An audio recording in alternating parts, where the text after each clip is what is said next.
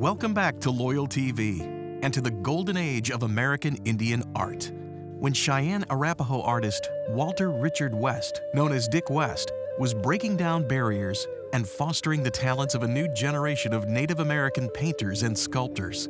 As the dean of the traditional flat style of Indian painting and an innovator of contemporary abstract painting, he was noted for his sophisticated color, subtle brushwork, master draftsmanship, and detailed anatomical rendering.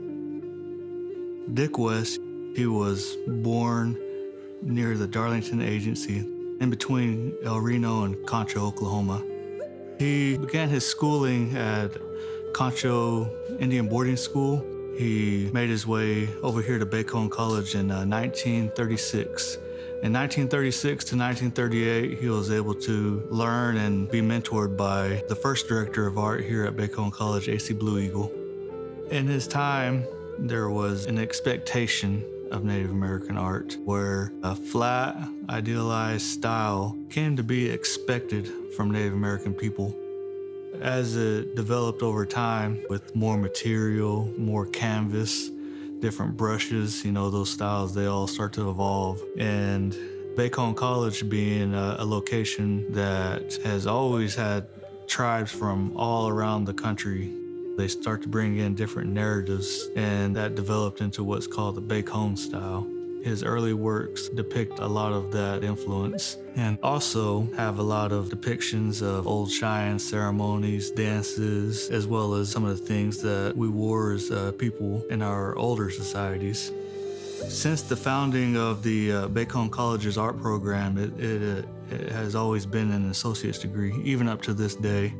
Whenever he finished his study under A.C. Blue Eagle, he made his way over to the University of Oklahoma to pursue getting a Bachelor's in Fine Arts and continue with his Master's of Fine Arts. At the University of Oklahoma, Dick West furthered his education under Oscar Jacobson, who was also a mentor to the famed Native artists, the Kiowa Six. At OU's Jacobson House, West found a supportive home away from home and a respite from the prevalent prejudices many American Indians faced. The supportive environment was the perfect place for West to develop and hone his talents.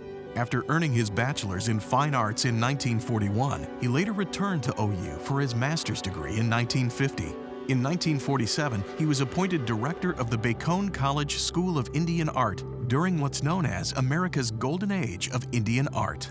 And so artists like Dick West began to not only bring in new subjects, but they began to bring in larger themes of modern art into their works. And they began to touch base on things that are not just specific to their own cultures, but humanity as a whole, and how we as Native people kind of connect to all those universal concepts as well.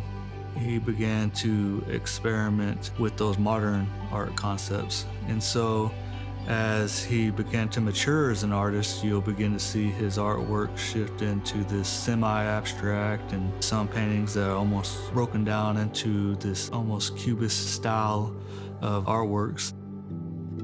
My favorite Dick West painting is The Creation. I've never seen a depiction of it, just only stories, narratives, and then later on in life I came across the image of the creation and how he has all these animals coming out, these different races of people. I just really enjoy that piece. And also tapping back into the universal part, being able to connect with the other people who share similar stories as well.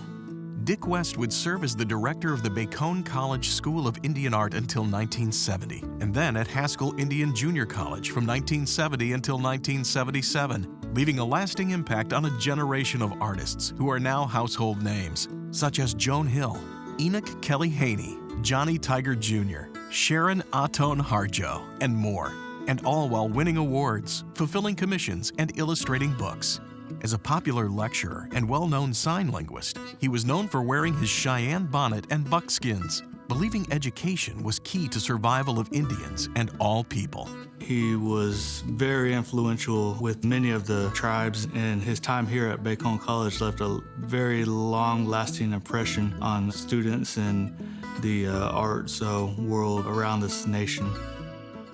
As an artist, Dick West has had a great influence on me. I'm a member of the Cheyenne and Arapaho tribes, and I went to an all-Indian boarding school. I went to get my Bachelor's of Fine Arts at Oklahoma Baptist University. There was only about 4 or 5 Native American students as a whole, my whole time there. It was difficult for me at times to connect with how another culture was studying art history. And so in my own time, I would do my personal research, and my research always went back to Dick West. Going back into listening and reading quotes, it really helped me as a younger artist. And I hope in some way, shape, or form that I can do that for the next generations to come. Dick West's paintings were exhibited from coast to coast, including at the U.S. Departments of Interior and State, the Kennedy Center, and the Museum of Natural History in Washington, D.C. And his many honors include honorary doctorates and the 1964 Wade Phillips Outstanding Indian Artist Award from the Philbrook Museum of Art. He continued creating beautiful and thought-provoking pieces up to the day of his passing on May 3, 1996, leaving an unfillable hole at Bacone College and the arts community. Thank you for joining us. Come back again for the best Oklahoma stories you've never heard, right here on LoyalTV.